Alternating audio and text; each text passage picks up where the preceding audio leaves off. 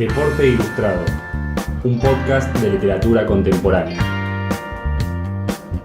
¿Qué tal? Estamos en otro capítulo de Deporte Ilustrado. Estamos con Edmundo Paz Soldán, escritor boliviano. Nació en Cochabamba en 1967. ¿Qué tal, Edmundo? Muy bien, encantado, feliz de estar con ustedes. Bueno, él está viviendo, nos contaba, en Buenos Aires. Estuvo un par de meses, desde marzo, 3 meses. Y bueno, queríamos aprovecharlo y tenerlo en nuestros capítulos. Así que bueno, para arrancar, lo que siempre preguntamos es... sos de Cochabamba, ¿cómo arrancó tu vínculo con la literatura? Creo que Buenos Aires tiene algo que ver, pero te pregunto mejor. Yo comencé de mis recuerdos más antiguos, a los 9-10 años, leía el primer autor que me gustó, así como para leerlo todos los fines de semana, era Emilio Salgari.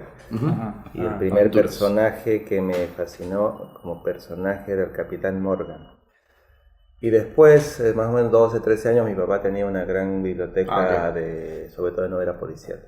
Mira. Y ahí descubrí a Agatha Christie, la colección de Borges del Séptimo Círculo. Y entonces me pasó que esas novelas, casi con un impulso natural, quería como copiarlas, robarme las tramas. Bueno, no quería escribir, me daba cuenta que quería escribir, pero no tenía ideas propias. Entonces lo que hice era... leer y resumir y luego hacer circular mis textos entre mis compañeros de colegio. Hice como 36 cuentos. Quedan resúmenes de las novelas estas. Sí, eran como resúmenes de 20 páginas que por suerte mis compañeros no habían leído. Claro. Me conseguí un detective boliviano que se llamaba Mario Martínez. Bolivianicé la historia. Y me acuerdo que el capítulo, el 36, tuve mi primera idea de trama original, que era también todo así de intriga policial, un asesinato en el Maracaná, en un partido de fútbol en el que estaban Zico y Maradona, que eran estamos hablando de 1981. 82, claro. Por ahí. Estaban mezclando literatura, fútbol, todo junto. Sí, y claro, para mí fue como un gran descubrimiento tener mi propia idea, ¿verdad? Totalmente desastrosa, pero al menos ya no era plagiado. Y después, pero bueno, en colegio nunca pensé, ni se me hubiera ocurrido pensar en la literatura como una opción de vida. Era chico de la clase media, ya tenías que estudiar ingeniería o economía o abogacía, y de hecho fui a estudiar a Mendoza un año, estudié ingeniería en petróleos en la Universidad de la Ciudad de Cuyo. Eso era un poco raro. Y después de ese año tuve una gran crisis y me vine a Buenos Aires. A los 20, por ahí. Sí, 19. Así comencé a estudiar aquí, pasé a estudiar como ciencias políticas en la Universidad de El Salvador, estuve 3 años. Y claro, cuando estuve acá, ahí se despertó la vocación que estaba ahí, la tenía siempre, no fue inventada aquí en Buenos Aires, pero sí estaba medio adormilada. Y aquí iba a la feria del libro y veía... Hablabas con Form, decías. Veía chicos de mi edad que querían ser escritores. Entonces me decía, ¿por qué ellos sí y no yo? Yo me conseguí un carnet de periodista, de un periódico boliviano, que entonces ahí sí en la feria iba y pedía entrevistas. Entrevisté a Juan Fon, entrevisté a José Donoso, Mempo Giardinelli.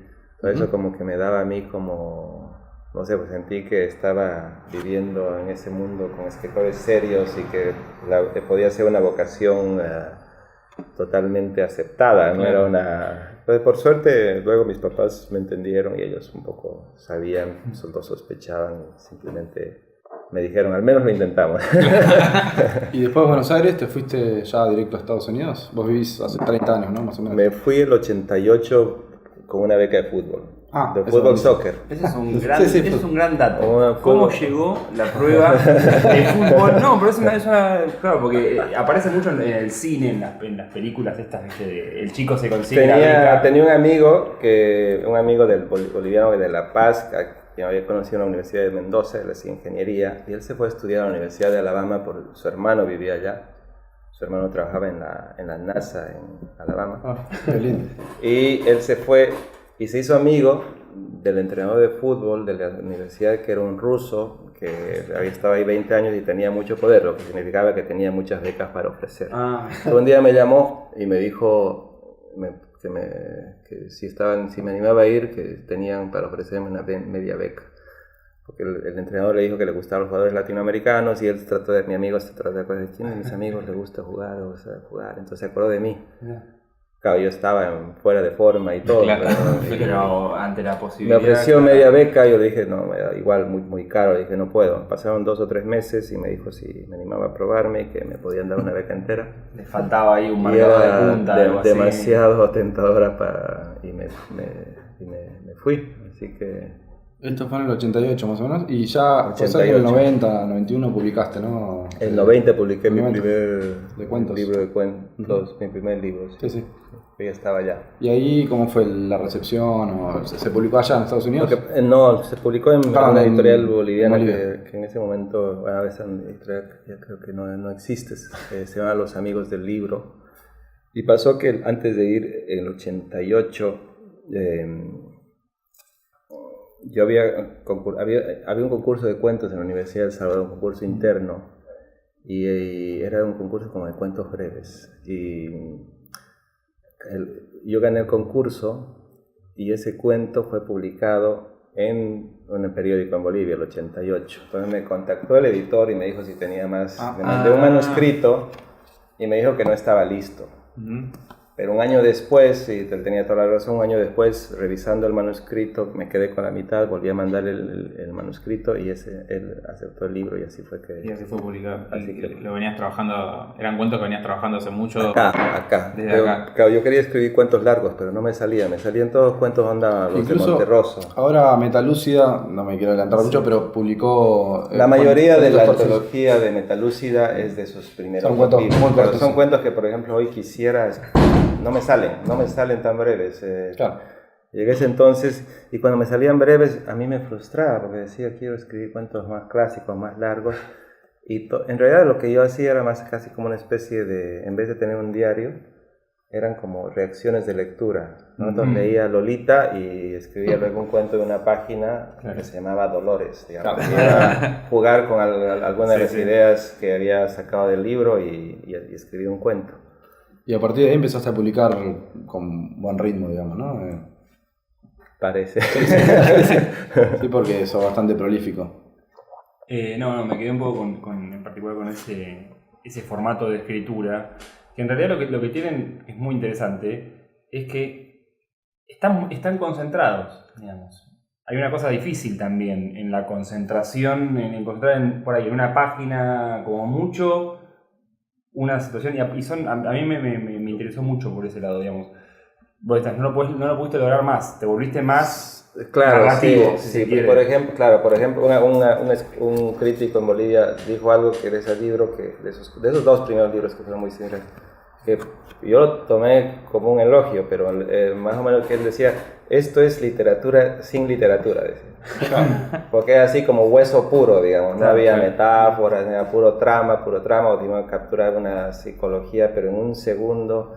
En cambio ahora tengo un personaje y lo quiero aprovechar más, quiero explorarlo más, quiero ver las ramificaciones, pero en ese entonces simplemente me salía así como una cosa de... A veces me ponía desafíos y decía, ¿cómo meto este cuento en una página? Entonces, sí, me acuerdo que hubo una época en que traté ya y había leído las alegorías de Kafka, de la construcción de la muralla china, que muchas eran así muy breves.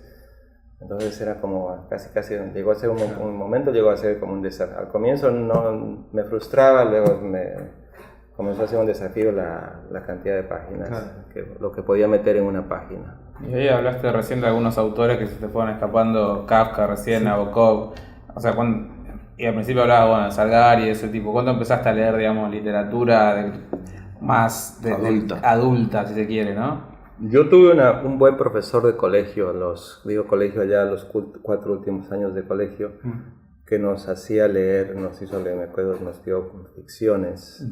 Para mí ficciones fue un gran deslumbramiento, fue como un libro fundamental. De esos 14 años, los 3 libros fundamentales fueron ficciones, La ciudad de los perros y, bueno, es la Metamorfosis. Y esos 3 fueron gracias a ese profesor en colegio en Cochabamba. Y que sí, que en realidad si uno se pone a pensar, creo que a todos nos pasó medio lo mismo, digamos, que entramos por esos como clásicos, digamos. Bueno. Y a la par, ¿qué vas publicando? Lo de Cornell, ¿vos te estudiaste ahí o eso es...? Yo estudié en Berkeley. Ah, Berkeley, ok. Sí, ¿En literatura? Terminé la licenciatura en el BA, como se llama Sí. ya, en Ciencias Políticas en Alabama, y luego ya, Listo.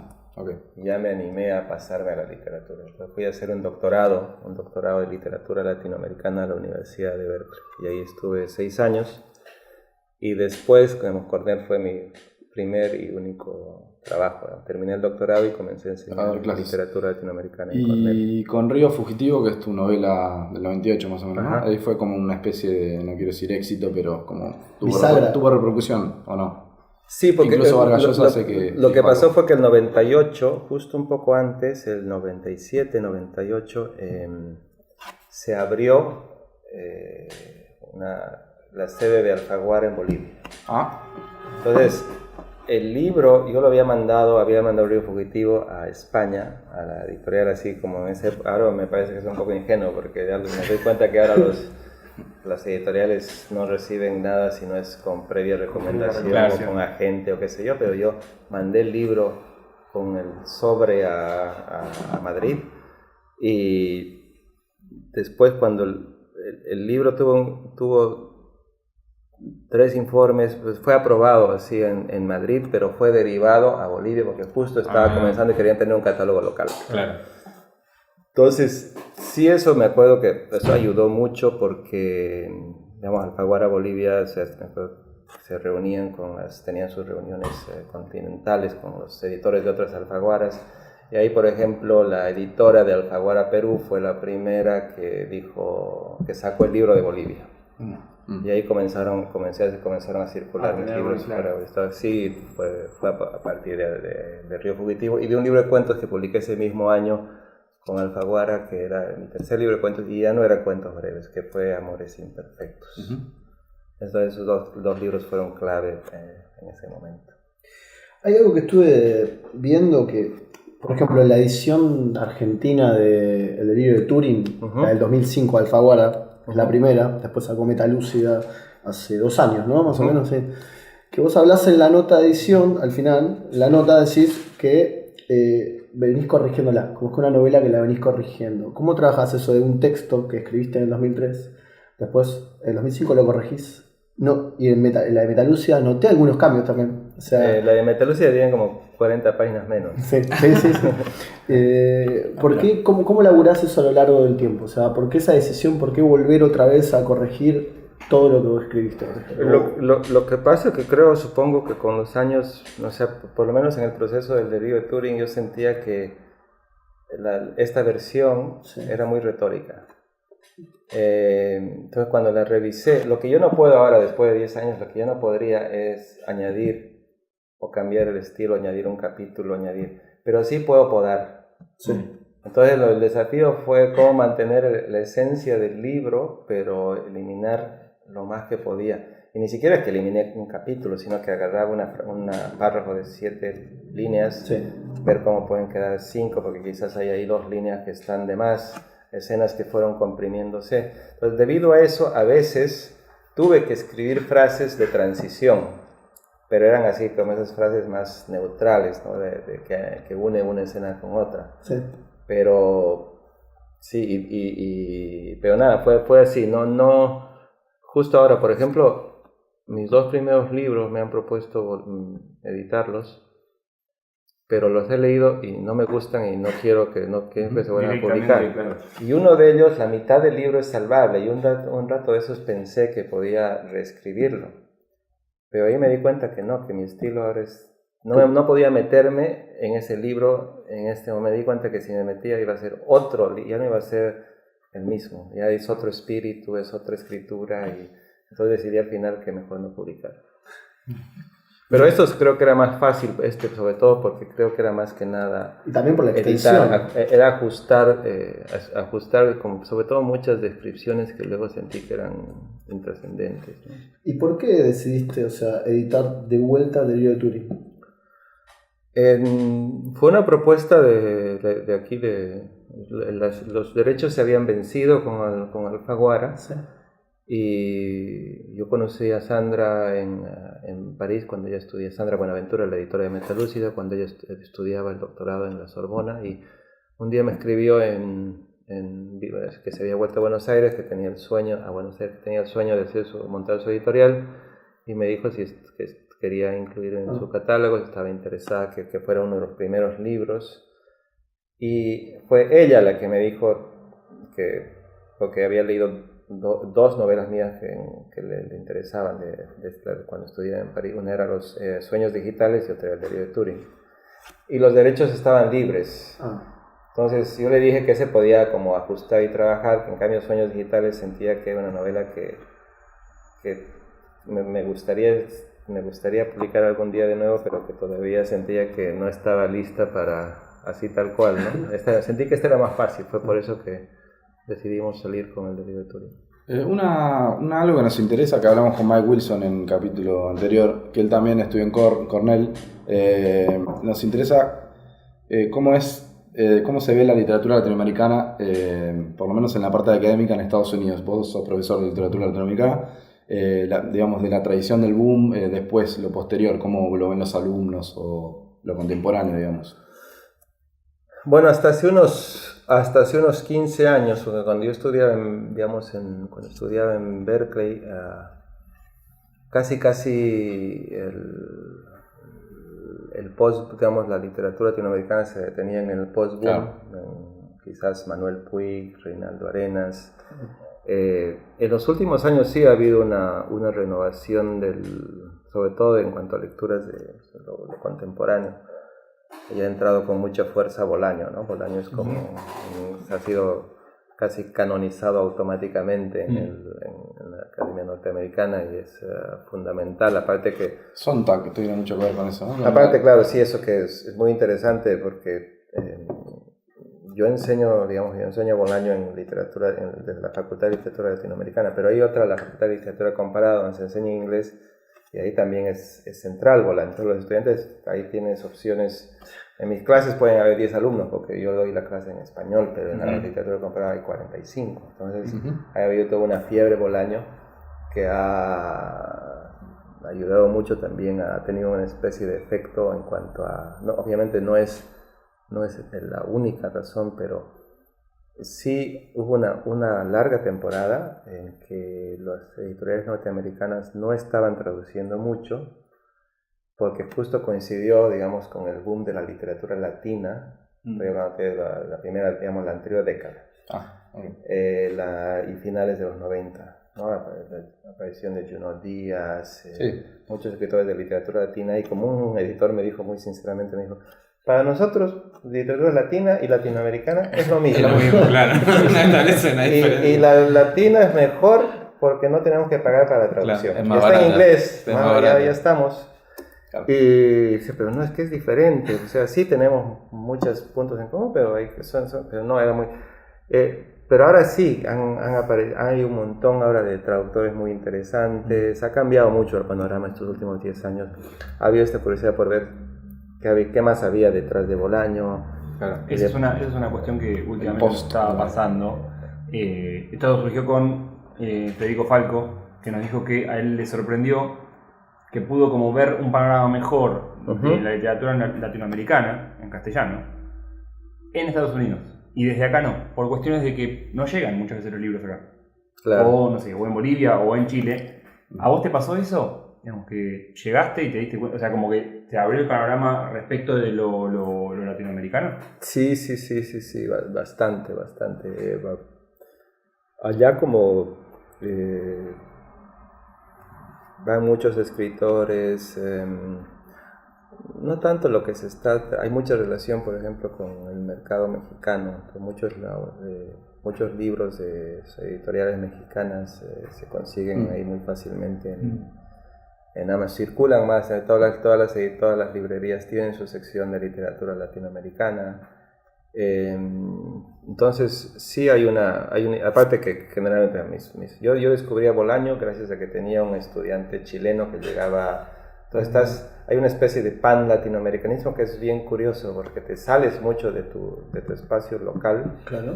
y tus amigos, tus estudiantes, uno es venezolano, otro es mexicano, una es Paraguay, entonces todos te vienen con sus novedades y dicen, ¿por qué no estudias a este? ¿Por qué no lees a este? Entonces hay una circulación así constante de nombres. Claro.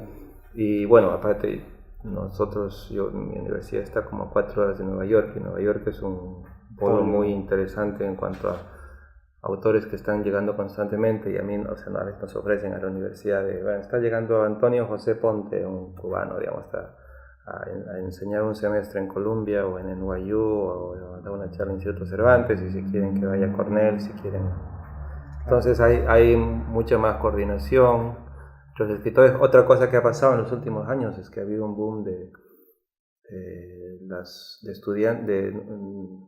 escritores latinoamericanos que han ido a hacer su doctorado a Estados Unidos, porque es una buena forma también de financiarse 5 o 6 años. Te da Si haces un doctorado en literatura latinoamericana en Estados Unidos, generalmente es un doctorado con beca. Claro. Y son becas de 5 a 6 años. Okay.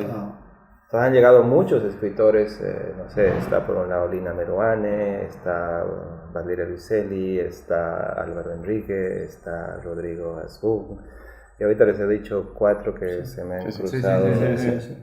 Y aparte están los programas de escritura creativa. Federico Falco estuvo en el de NYU, está el de Iowa, que es también muy fuerte, está el de Paso, Cornell. Nosotros hacemos todo por traer estudiantes. No tenemos un programa de escritura creativa en español, pero sí hemos aceptado a varios académicos o escritores con perfil académico, como Mike. Entonces eso ha dinamizado mucho las cosas. Y también ha aparecido ahora, es otro fenómeno, todavía supongo que va a faltar, pero han aparecido editoriales latinoamericanas. La de Lina Meruane, que se llama Brutas Editoras, por ejemplo. Hay otra editorial que se llama Sangría. Luego contracté de un uruguayo que se llama Díaz Gray, la editorial. Todas son de Nueva York. Hay otra Suburbano en Miami. Claro, todavía falta porque el mercado ya en inglés es muy grande, muy pesado. Entonces todo esto es como una cosita como de hormiguita. Claro, pero ya que exista, igual replican también la estructura que está funcionando acá y lo que está pasando un poco acá. Lo raro es que sean como cabezas de puente en castellano muchas veces, en un país puramente... Claro, en comparación a cómo estaba cuando yo llegué hace 30 años, había un cambio brutal, eso sin duda, sí. Estas editoriales chiquitas que vos mencionás editan en español. Editan en español. Exclusivamente. Sí, tienen algunas de ellas, digamos, Brutas Editoras, sus libros también están en Chile, pero las editoras están en Nueva York. Claro. Y ahí entonces consigues los libros en las librerías en Nueva York o en Amazon. No, o sea, bueno, falta todavía mucho por hacer, pero sí hay un espacio que antes no había. Vos, hablando de tu obra un poco, tenés versatilidad con los géneros. Y tus últimos 2 libros, si no me equivoco, son ciencia ficción. No, digo, si no me equivoco, pues no sé si son tus últimos 2 exactos, pero sí, la novela Iris y Las Visiones, que no salió todavía, ¿no? No, sí, ya salió. Por Página de Espuma. El próximo martes se presenta en Valduter, aquí en Argentina, acaban de traer. Sí, y bueno, ¿no habías hecho ciencia ficción antes? ¿Cómo llegó el...? No, curiosamente, bueno, justo en Delirio de Turing yo quería que fuera una novela de ciencia ficción, pero al final se cruzó una cosa que, no sé, en ese entonces tenía como una influencia mucho más marcada de la novela realista social, digamos, Vargas Llosa, la novela con preocupación muy política, y al final ese lado terminó de imponerse en la novela. Entonces siempre tenía esas ganas de escribir meterme en un mundo mucho más de ciencia ficción pura y dura. Sí, por eso, Iris es... A mí en la adolescencia me gustaba mucho leer libros de género. Lo que pasa es que una vez que llegas a la universidad te comienzas a leer cosas entre comillas serias, y lo otro es una cosa adolescente. Incluso con el policial pasa también. Me pasó con el policial. Y bueno, en ese momento tampoco la ciencia ficción tenía la legitimidad tal vez que tiene ahora, digamos, como género. Quizás era un subgénero en ese momento todavía o era considerado así, ahora ya es como nada. Igual los escritores serios se asustan cuando les dices que están publicando un libro. ¿Y los de editores? ciencia ficción. Los editores, Ah, eso sí, me- claro, a sí. eso me refiero, los editores, porque es como, digamos, yo publiqué Iris en Alfaguara, entonces, o sea, claro, es una novela para una editorial de género, pero en Alfaguara hacían como Como algo raro. de contrabando. Lo que pasó fue que hace unos 10 años, más o menos, por razones que no viene, bueno, acá tuve una crisis personal. Y claro, me preguntaba incluso qué estaba haciendo con lo que estaba escribiendo, que un poco me había desconectado de mis propios intereses. Y dije, quizás la mejor forma de conectarme con lo que verdaderamente me gustaba era volver a lo que me gustaba en la adolescencia. Y claro, de pronto, después de mucho tiempo leer a ciencia ficción o policial hace 10 años atrás, claro, los miraba con otros ojos, me dijo, dije, esto tiene mucho, se pueden hacer muchas otras cosas que yo no pensaba, yo mismo se me había quedado ahí en la adolescencia, mi mirada de lo que podía ser el policial o el horror o la ciencia ficción. Entonces fue como descubrir un nuevo mundo y de ahí salieron, digamos, comencé primero con una novela que es pseudo policial, que es Los vivos y los muertos, Norte, que también es una novela así que tiene mucho de policial, y luego me metí a la ciencia ficción. Y, ¿sabes que al respecto, bueno, a mí se me viene cuando decís esto de la relación entre la política, la crítica social y el policial? Acá tenemos a Walsh, por ejemplo. En su momento el programa de Walsh un poco pasó por ese lado. Pero yo lo que te quería preguntar ¿es posible hacer una novela que justamente critique políticamente lo real, obviando la ciencia ficción hoy en día? Digamos, ¿es posible como escaparse del todo el rol de lo tecnológico, de todo lo que está implicando en esta época? Eso, o sea, como que por ahí el terreno actual de la crítica política y Va por ese social lado. va por ese lado, está en ese terreno, se mudó a ese género. Yo nunca me animaría a decir esto no se puede hacer, Lo dejo a vos. pero sí, en lo que sí lo he pensado, he dicho que en los últimos 15, 20 años ha habido un gran avance, o casi como una especie de colonización de la novela realista, primero por parte de la novela policial y ahora por parte de la ciencia ficción. Porque digamos, yo digo, hoy en nuestra relación con la tecnología, claro, tú la puedes trabajar desde el punto de vista de lo realista, pero la ciencia ficción tiene una larga historia en cuanto a este trabajo de cómo manejamos el impacto de las tecnologías en nuestro día a día, de los nuevos medios. Para eso hay que leerte a Ballard, digamos. Claro. Entonces digo, quiero escribir realismo hoy para hablar de qué está pasando con las nuevas identidades, las redes, la relación con el Estado y control de información, los hackers, todo esto que está muy presente en cualquier titular de periódico. Claro, de pronto Titular de ciencia ficción. Claro, quizás hay un divorcio hay un tipo de ciencia ficción que a mí no me interesa verlo, ¿no? El tipo de ficción más así de extraterrestres y naves espaciales. Ahí yo voy a ver Alien, digamos. Pero lo que me interesa escribir tiene que ver con una especie más de ficción inmediata, ¿no? Ficción de un realismo que puede estar un poquito además adelantado de lo que en el fondo estás hablando del presente, de lo que está pasando. Claro, porque yo lo que iba es con que actualmente pasa también que hay una especie de novela, porque hoy está pasando mucho acá, y en España un poco, una novela que se relaciona a lo realista con un cierto costumbrismo desde el yo y qué sé yo, y por ahí en realidad es un poco, si en un momento se le acusaba a la ciencia ficción de escapista, Pasatista. por ahí esto es, me hago cargo, A digamos, título a título personal, pero por ahí se está yendo para ese lado, el escapismo está en contar lo real tal cual es y no reflexionar tanto de una manera muy, no sé.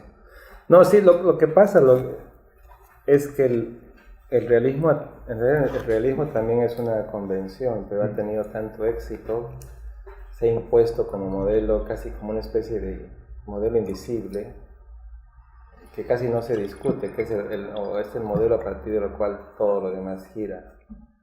cuando en realidad es también un código, como lo es el código de la ciencia ficción, el policía. Entonces hay que poner eso, yo digo, hay que ponerlo en entredicho, ¿no? Y hay cosas con las que, digamos, yo siento que para mí, por lo menos, a los que puedes llegar mejor a través de la ciencia ficción que a través de la novela realista tradicional. Y hablando, nombraste esto de la literatura social, en específico en Bolivia, yo leí creo que 2 notas, vos escribís seguido para diarios de Bolivia, escribías sobre la literatura contemporánea boliviana y cómo quizás hace dos generaciones rompe un poco con esa, no digo obligación, pero como de hablar de temas sociales, que es lo que tiene que ver con esto que estamos hablando, y alimentado por un proceso político, digo, más allá de, en general, Latinoamérica en los últimos años. Pero que sentís que tu generación, a partir de tu generación, viene a romper un poco con eso, sobre todo en Bolivia hablo. Sí, en Bolivia.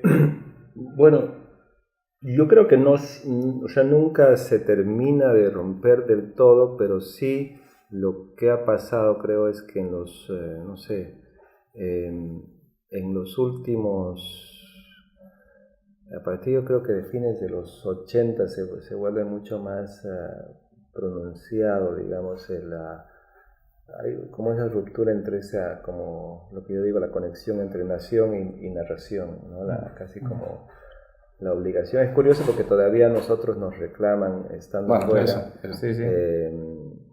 Así como me dijo un amigo, este es un debate que a un escritor argentino jamás se le preguntaría cosas que se le pregunta a un escritor boliviano, ¿no? De cuanto a, no sé, a mí me preguntan... De clases. No, por ejemplo, me preguntan, ¿por qué no hay la gran novela sobre Evo? Claro.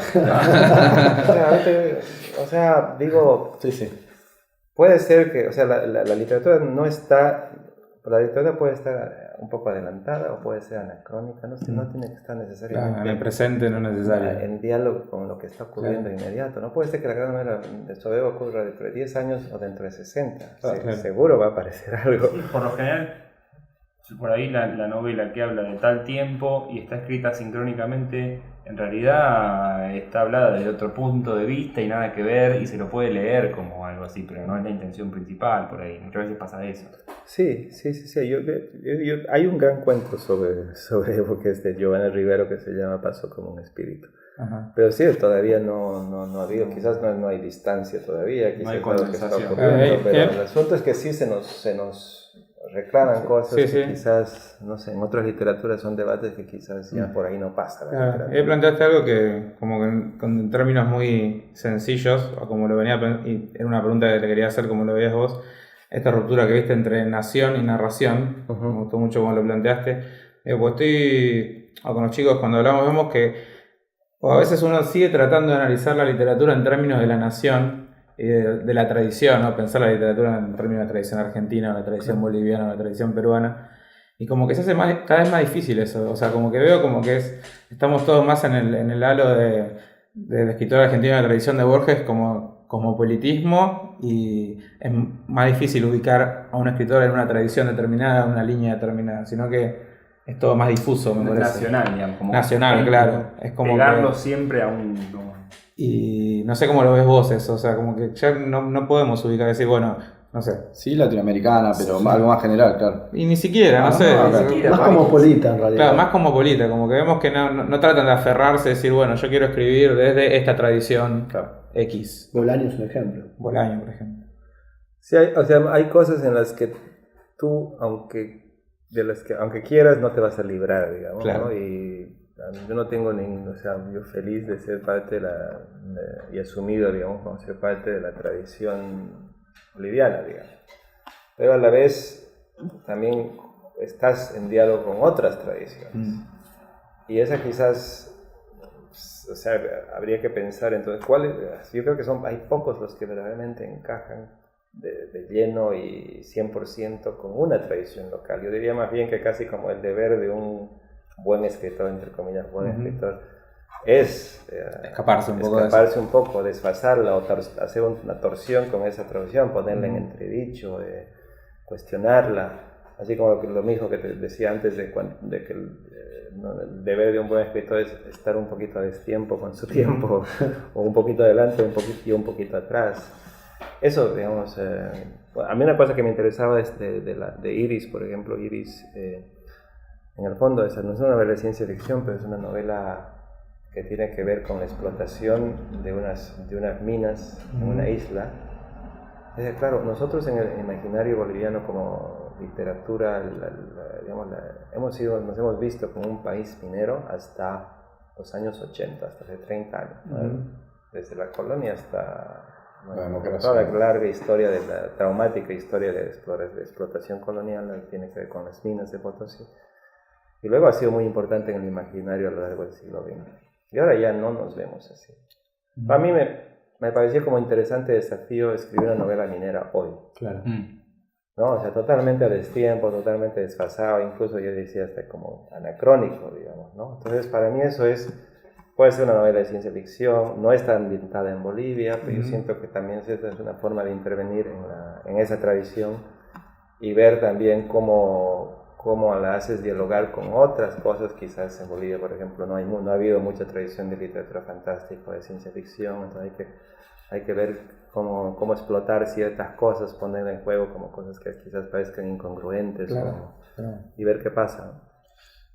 Por ejemplo, sí, hablando de esto, a Padura, al cubano, siempre se quejaba un poco de que, con humor, ¿no? De que a él siempre le preguntan por política por ser cubano, ¿entendés? Como una cosa. Y bueno, y supongo que siguiendo con lo que vos hablás al boliviano, ahora le deben preguntar por esta situación, y es un poco, al venezolano supongo por Chávez, es como una etiqueta un poco molesta. Bueno, pero acá yo estaba pensando también, algo parecido a lo que pasó con Iris. Es lo que se intenta, se me vino a la cabeza lo que hizo Carlos Godoy con la construcción. La construcción. Sí, habla sobre las Malvinas. No, en realidad no. Y ahí está, o sea, ahí están los desfasajes necesarios. Y ahí a mí me encantó la novela precisamente por eso, porque dialogaba con las Malvinas, pero otra cosa. No, a mí, por si acaso, yo escribo mucho digamos, de política, de lo que está pasando en Bolivia a través pero de varias artículos. entrevistas te preguntan, claro. Y es como caso. A mí me parece fascinante el proceso, me interesa acompañarlo. Pero ya cuando se convierte, una cosa es eso y otra cosa es tu ficción. Y a veces sale y a veces no sale.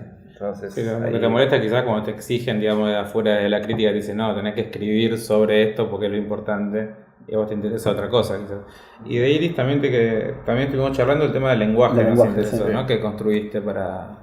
Quizás hasta... Prometo que no lo vuelvo a hacer. Eso sí, a los editores los habrá espantado un poco, ¿no? Claro. Algunos han dicho... Claro, porque es interesante porque digo, vos entrás, digamos, en la narración y desde, creo que el segundo párrafo ya estás tirando este lenguaje que no sé cómo mencionarlo. Abrupto el sí, pero es interesante porque vos ya produce como una sensación de extrañamiento y entonces querés seguir leyendo para ver si puedo empezar a entender esto, que este lenguaje, ¿no? Estas palabritas, este léxico. Sí, se puede. Hay algunas cosas que no, que me quedaron ahí, pero... Tiene mucho del inglés, ¿no? Español. Claro, pero ¿cómo lo pensaste? También, o sea, me dio la sensación de que fue también esta cuestión, ¿no? De experimentar eso también la novela, con el lenguaje, a ver qué podías hacer con eso y como proyectándolo hacia adelante. Es una especie de pensar el español futuro lo que hiciste de alguna manera. Sí, lo que quizás un amigo dice que, bueno, como yo vivo hace 30 años en Estados Unidos, yo soy el verdadero desarraigado porque mi español está muy cruzado, aparte del inglés,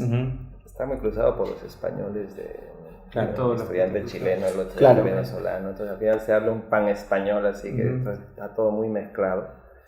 Y a la vez pasa que con tantos años fuera también comienzas a ver tu propio idioma, tu propia lengua como un objeto de afuera, claro, algo que te es natural, deja de ser natural, comienzas de pronto a veces, digamos, voy a Bolivia, hablo con mi mamá y me dice una palabra así muy como de mi infancia y de pronto la veo como un objeto extraño y me fascina, como digo, es sonido y comienzo a jugar con eso. Todo lo que me pasó fue que estaba escribiendo una novela, primero en un futurista, digamos, con un lenguaje normal, entre comillas, y me di cuenta que estaba escribiendo una novela en la que estaba hablando de cambios sociales, políticos y tecnológicos. Me parecía un poco raro, decir, todo cambia en esta novela menos el lenguaje. Muy conservador. Entonces tengo que intervenir ese lenguaje, mostrar, digamos, las contaminaciones, las cicatrices de la historia que estoy contando en el mismo lenguaje, no verlo como un instrumento transparente, sino como un instrumento que está ahí totalmente contaminado. Entonces ahí me puse a buscar como modelos que me pudieran ayudar a eso. Y sí, lo que pasó fue que, claro, digamos, las primeras 20 o 30 páginas el ingreso es muy abrupto. Claro. Y luego el método que usé, que es un método como recursivo, fue que a partir de ahí ya las palabras que aparecen son las mismas, se van repitiendo y ya la gente se va a acostumbrar. Ya está y en los acostumbrado al cuentos vocabulario. No es que en la página 215 aparece un palabra nuevo nueva. concepto importante ni nada, sino que todo ya está en las primeras 30 páginas. Los cuentos creo que siento que es que el tono de los cuentos como que ya había aprendido sale más. y a uno como lector, sí. siento que está más fluido, que es más natural. Creo que a ratos en Iris me dejé llevar por estaba como deslumbrado por lo que estaba descubriendo y creo que las visiones se baja un poquito el pistón y creo que encuentro un tono, o también era porque como eran cuentos cortos, o sea, de 10 páginas, entonces en esas 10 páginas estaba también obligado a no perder al lector. Claro. Sí. No tiene el tiempo el lector ahí de acostumbrarse a nada. Sí. A mí se me había ocurrido una cosa respecto a este ejercicio y esta experimentación, que es como una cosa como, digamos, si el boom fue a mostrar cómo se hablaba en la calle, o salió a la calle y conoció cómo se habla, y lo puso, en algunos casos, ¿no? Esto es como hacer lo mismo pero más adelante. A mí me gustó mucho ese movimiento, es como una cosa, es como un movimiento clásico pero a la vez para adelante. O sea, a mí me pasó eso, decía, al final los que me ayudaron yo me busqué modelos en escritores de ciencia ficción como Ballard, digamos. No, mejor dicho, Burgess, La Naranja Mecánica. Sí. Pero no, al final los que me ayudaron más fueron escritores latinoamericanos que trabajaban como, ¿viste lo que digo? Literatura de contacto, como Lo Abastos, peruano José María Argueda. que Con la diferencia de que aquí el contacto es como una isla inventada, entonces tenía que ser un lenguaje inventado. Y ahí yo decía, si esto lo voy a proyectar en el futuro, claro, tengo que inventarme, supongo que era mi delirio, pero decía, así como a fines del siglo XIX nos influyó el francés en el español, a fines del siglo XX nos influyó el inglés. Yo en mi delirio decía, digamos, para mediados del siglo XXI, yo creo que va a estar más presente el chino, decía, ¿no? Claro. Entonces comencé a sacar palabras de un diccionario chino y comencé a jugar, a meterlas ahí. Y claro, una vez que me dice, si era una palabra demasiado extraña, comenzaba a jugar con ella para españolizarla, pero que todavía quedaran rastros de su extrañeza. Sí. Por ejemplo, hipu, que es jeep en chino, y ahí los soldados se suben a un hipu, que es un jeep. Pero en ningún momento digo chino. Y hay varias palabras que están sacadas directamente del chino, pero claro, suena un poquito delirante cada vez que lo cuento. Pero era un poco lo que tú dices, de que estaba proyectando algo Claro, por eso. que era claro un total artificio, ¿no? Justamente hablando de esto del tema del lenguaje, el protagonista de Delirio de Turing, Miguel Sáenz, habla un poco, al principio de la novela, habla de que estamos como todo el tiempo colonizados por el inglés, ¿no? O sea, como una especie de colonización. Y hablas también de Ramírez Graham, que debería ser una especie de nuevo director de Caja Negra, si no me recuerdo. Como que es un boliviano que habla con acento norteamericano. Creo que ha vivido mucho tiempo en Estados Unidos. Bueno, ahí es como veo tu obsesión por el tema del lenguaje ya está atravesada, estamos hablando del año 2003, o sea, como... Y en esa época está, por ejemplo, Miguel Sáenz está hablando de que no hay que colonizar si vos terminás haciendo como una especie de lenguaje así como híbrido. O sea, ¿fue variando esa manera de encontrar, de experimentar con el lenguaje a lo largo de los años o directamente siempre pensaste esta hibridación? No, de hecho cuando llegué a Estados Unidos más bien yo tenía como una especie de pavor de que se me escaparan. Yo comencé a escribir en una especie de español muy castizo de esa época, digamos, de mis primeros libros de cuentos, los que están en las dos ciudades. porque tenía muchísimo miedo a que me dijeran, el peor insulto que te pueden decir en Bolivia es te estás agringando. Incluso el tiempo, ¿no? Que pasás hablando allá. Sí, entonces yo llegaba a una cosa un poco ya forzada, porque hablaba con amigos argentinos o chilenos y me decían bye. Y yo decía, ¿por qué me dicen bye? O sea, chicos que vivían acá, te digo, en Argentina o en Chile. Sí. Y claro, era como insostenible, ¿no? Era insostenible y entonces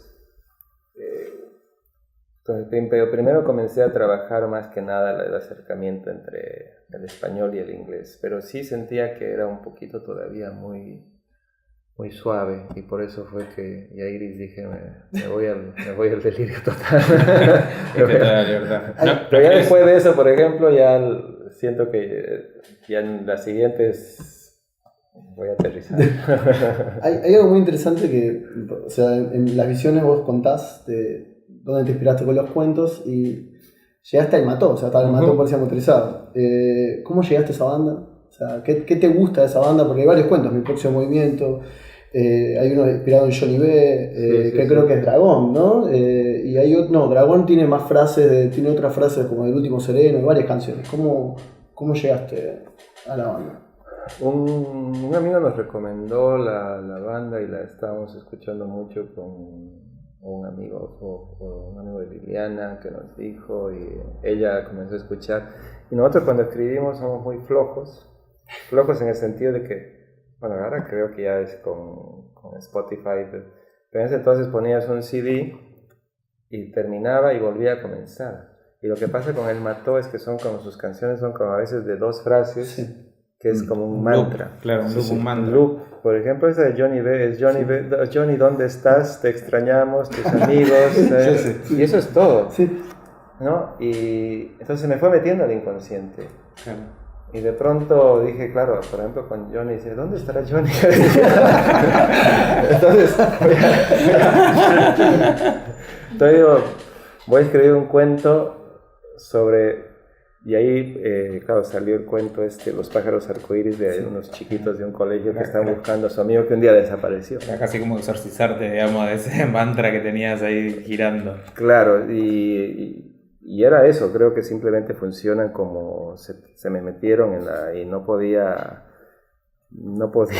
salir más que nada a través de la escritura. Intenté, ahora un poquito ya se me ha calmado mi pasión por el Mató, pero coincidió con esa época en que estaba escribiendo, estaba metido en el mundo de Iris, entonces todo lo relacionaba con Iris y claro, esas canciones inmediatamente me dispararon cosas. Sí, porque aparte el universo o la cosmogonía que creó el Mató tiene que ver mucho con esas ficciones fantásticas. Tiene un disco, sí. Claro. Por eso es como está totalmente entrelazado. ¿Los pudiste ver en vivo alguna vez? Los he visto 3 veces. Claro, por ejemplo, hay una canción que se llama precisamente El Próximo Movimiento. Claro, es de ese disco apocalíptico. Estoy en el techo con un rifle. Una gran imagen esa. Y pensé, dije, un soldado psicópata que se sube al techo. Claro, creyendo que es el apocalipsis. Ya me dio el cuento. Me facilitó las cosas. Gracias a Santiago Motorizado. ¿Cómo le escribimos para agradecerle y después de un mes contestó. Contestó. Le dijimos que le íbamos a mandarlo. Creo que llegamos a mandar. Los músicos son más. ¿Libros? No, los cuentos. Los cuentos, por eso sí. Documento Word de los cuentos que habían sido inspirados por el Mató. Y bueno, tenemos para ir cerrando 5 minutos más. Me intriga cómo es tu rutina allá en Ítaca, ¿no? La ciudad. Es una ciudad, creo que hacen 30 grados bajo cero en invierno. Sí. ¿Vos das clase todos los días? No, el sistema universitario ya es un semestre, das lunes, miércoles y viernes, y el otro das martes y jueves. ¿Y qué estás dando en el programa? Generalmente doy 2 clases por semestre. Una es una clase muy canónica, digamos, para los primeros cursos de la licenciatura, tipo literatura latinoamericana del siglo XX. Claro, en español, sí. Desde Darío hasta Bolaño. Claro. Y el otro es más lo que uno quiera, más avanzado, puede ser para el doctorado, puede ser para el curso superior de la licenciatura. Y por ejemplo, el próximo semestre voy a dar un curso que se llama Literatura y Medios. ¿No? El impacto de las nuevas tecnologías en la literatura. Cuando digo medios, los nuevos medios, digamos, fui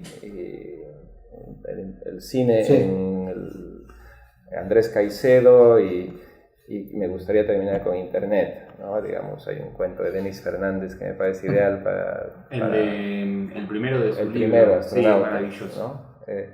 ¿no? Por ejemplo, Los cuerpos del verano. Los cuerpos de verano. Castañeda. ¿no? Castañeda. Entonces yo hago desde fines del siglo XIX, desde los modernistas y su fascinación por el cine, en las crónicas, pues agarro momentos, la vanguardia, ¿no? De Huidobro y todo eso que hacen con el cine, que hace el boom en los años 50, 60 y así hasta el post-boom, hasta llegar al presente. Pero es un poco... ¿Estás en contacto con la literatura de ahora? ¿Viajas bastante?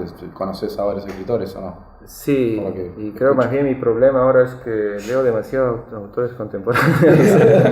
Digo problema porque me doy cuenta que, claro, yo enseño muchos autores clásicos, entonces en eso está cubierto el cupo latinoamericano. Pero antes leía más, no sé, Balzac, Flaubert, Tolstoy, Dostoyevsky. Pero en los últimos años he estado leyendo muchos autores contemporáneos latinoamericanos, pero obviamente porque me interesan. ¿Y cuál es los que más, sin hacerte enemigos? No, o sea, claro, no podría... Son los que te gustan así mucho. Digamos, ahorita, de los últimos que me han gustado mucho, hay un colombiano que me encanta que se llama Juan Cárdenas. Su libro se llama... Es un libro que lo ha publicado Periférica. Dos libros que ha publicado Periférica que se llaman Ornamento y Los Estratos. Me parece como... De la nueva generación, me parece que es uno de los más potentes. Me gusta mucho la novela de Valeria Luiselli, Los Ingrávidos. Me parece un gran juego. Mexicana que vive en Estados Unidos. Una mexicana ¿no? que vive en Estados Unidos. Me gusta mucho Mike Wilson. Ahí va, no, o sea, podría... Y con el tema de editoriales, habías dicho que cuando arrancaste recién llegaba Alfaguara a Bolivia, Sí. y ahora hay como un boom, sobre todo nosotros lo vemos mucho en Argentina, pero en Latinoamérica hubo un boom así, odio decir boom, siempre me sale boom, pero bueno, es un auge, de editoriales independientes, y allá como es en Bolivia. El Cuervo. Bueno, Germinó el poroto de hecho, de es casi como sintomático. Alfaguara se fue de Bolivia hace 2 o 3 años. Es un dato. Es como echar a McDonald's, ¿no? Sí, Como sí. echar Va, acá, si comida. pasara acá sería como todo una revolución. El último libro que publicaron fue Iris, no fue mi culpa. Se mandó a quebrar la editorial. Y dijeron, ya hasta aquí llegó, cerramos la persiana. Cerrado. Pero ahora hay como una efervescencia con las nuevas editoriales. Por ejemplo, bueno, está obviamente El Cuervo, que es como la central de las independientes. Mi hermano tiene una editorial, se llama Nuevo Milenio, que ha publicado mis libros, por ejemplo, en coediciones con Random o con Páginas de Espuma, y ahora va a ser con Malpaso. Va a publicar a Samantha Schweblin, también con una coedición con Páginas de Espuma en Bolivia. Están apareciendo nuevas editoriales. Ahora mismo esta semana han anunciado dos nuevas editoriales que han aparecido. O sea que sí hay un poco está replicando lo que está pasando, claro, en un espacio más reducido, pero lo que está pasando en todo el continente. Voy a cualquier país ahora y es impresionante la red que se ha estado formando de literatura, de editoriales independientes que además tienen mucho diálogo entre sí. Mike Wilson decía, por ejemplo, Alfaguara, ¿era? ¿Decía él? Sí, Alfaguara había que publicado. lo que tenía es que por ahí no circulaban los libros dentro de Latinoamérica. Claro. Entonces, con Solo las en editoriales Chile. independientes, eso se Claro, facilita un poco más. volvemos a lo mismo, es un movimiento muy raro que se da de que vos desde afuera podés ver mejor el panorama acá y Claro. cuando llegás a cada lugar vas conociendo como Entre vas países. descubriendo. Pero también, a mí lo que también me parece muy bueno es que hay un mercado ahí para estas nuevas editoriales, porque si no es simplemente como andar tirándote de cabeza como Don Quijote contra los molinos de viento. Pero eso es lo que está bueno, me parece. Hay lectores. Hay lectores. Sí, se ha creado un público lector también que, no sé, yo creo que aquí ustedes han tenido una tradición siempre muy fuerte, pero por ejemplo en Bolivia no había costumbre de leer autores nacionales. ¿no? Y eso lo han creado las independientes, ¿no? Eso es algo, un fenómeno de los últimos 10, 15 años. Bueno, leías a los nacionales, pero en el colegio. Claro. Y después ya no.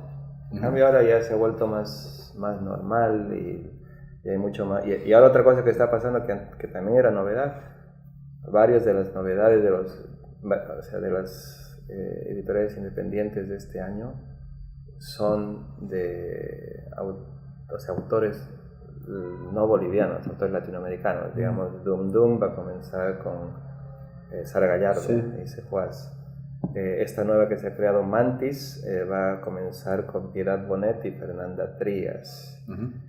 Nuevo Milenio va a publicar este año a Samantha Schweblin. El Cuervo ha publicado un guatemalteco, Rodrigo Fuentes. Entonces hay mucha más circulación. En realidad las independientes están haciendo lo que las multinacionales no hacen, digamos, claro. Es traspasar la frontera nacional de los autores, lo hace gracias a las independientes y no gracias a las multinacionales, en realidad. Aunque el nombre multinacional tendría que indicar que te va a llevar a otro país, lo cual no sucede. Claro, y al comienzo se veía como un poco raro, se asumía que las independientes iban a publicar autores del país, claro. Pero ahora más bien no, es mucho más ecléctico y es lo que los editores ven que está funcionando, van circulando textos, así que bueno, ojalá que se siga empleando esto. Y ahora en Buenos Aires, ¿qué estuviste haciendo estos 3 meses de literario, no? Intentando meterme en un nuevo proyecto, pero es difícil. Claro, no estoy viviendo, estoy un tiempito acá, pero digo, siempre me pregunto cómo hacen aquí para poder escribir, porque... No, o sea, que hacemos podcast. Porque hay mucho... En realidad nadie escribe acá.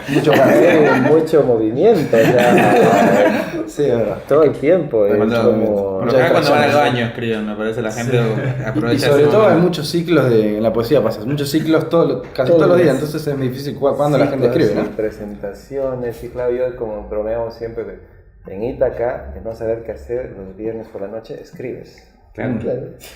Pero aquí me siento mal si estoy en viernes en la noche y me pongo a escribir y me siento muy mal conmigo mismo. Mi vida es un fracaso.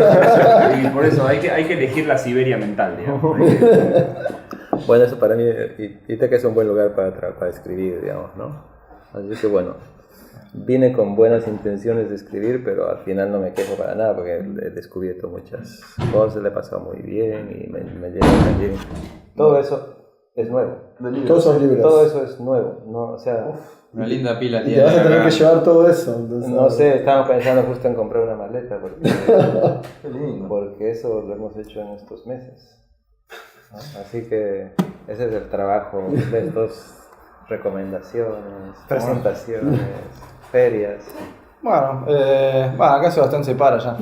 Voy a sacar una foto porque vas a sacar una foto de los libros. Lo que no sabemos, los que no hacemos radio hace mucho es que hay que explicarlo. Obvio. Bueno, vamos terminando, ¿no? Sí. Hablamos 1 hora, muy bien. Muy bien, bueno, redondito. Edmundo, muchas gracias. No, gracias a ustedes. Estuvo buena la charla.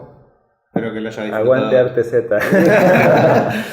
Pará, y te quería preguntar, ¿seguís jugando al fútbol o...? No, ya no. ¿No? ¿Y equipo? Los ligamentos. ¿De qué equipos? ¿De qué equipos? Aquí soy de Boca. Vamos. Ahí Sebastián tiene una camiseta de Boca justo en la mochila. No, porque aquí cuando estudiaba en los años 80 jugaba Milton Melgar, un boliviano. Qué bárbaro. Mike Wilson también es de Boca. Sí. ¿Y de Bolivia? ¿Y de Bolivia? Bolivia soy de Wilstermann, que es un equipo que está hoy de Cochabamba, que está peleando la Libertadores. Bueno. Atlético Tucumán. Están peleando el segundo puesto. ¿Y deporte de Estados Unidos? ¿Se dice alguno? No. Bueno, listo. Bueno, gracias. Muchas gracias. Muchas gracias. Bueno, nos vemos la próxima. Nos escuchamos. No está grabando.